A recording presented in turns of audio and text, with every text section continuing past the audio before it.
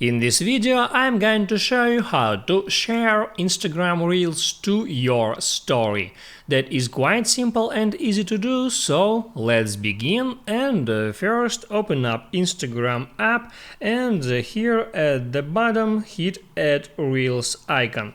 Now there, if you got a reel that you want to share on your story, you can hit at that little plane icon, and here it gives you ability to add reel to your story. Just hit there, and now the reel has added to the story. You can replace it, you can zoom it in or zoom it out, and even rotate it if you want, so you can move it around and place in any position that you want.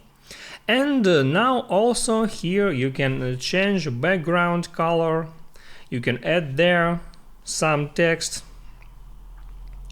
and also you can add here stickers. You can add here add your sticker or location or some music there, and when you are done, you can hit there at this arrow icon and actually share this story to your Instagram profile. That's how it works, guys. If this video helped you out, don't forget to like and subscribe.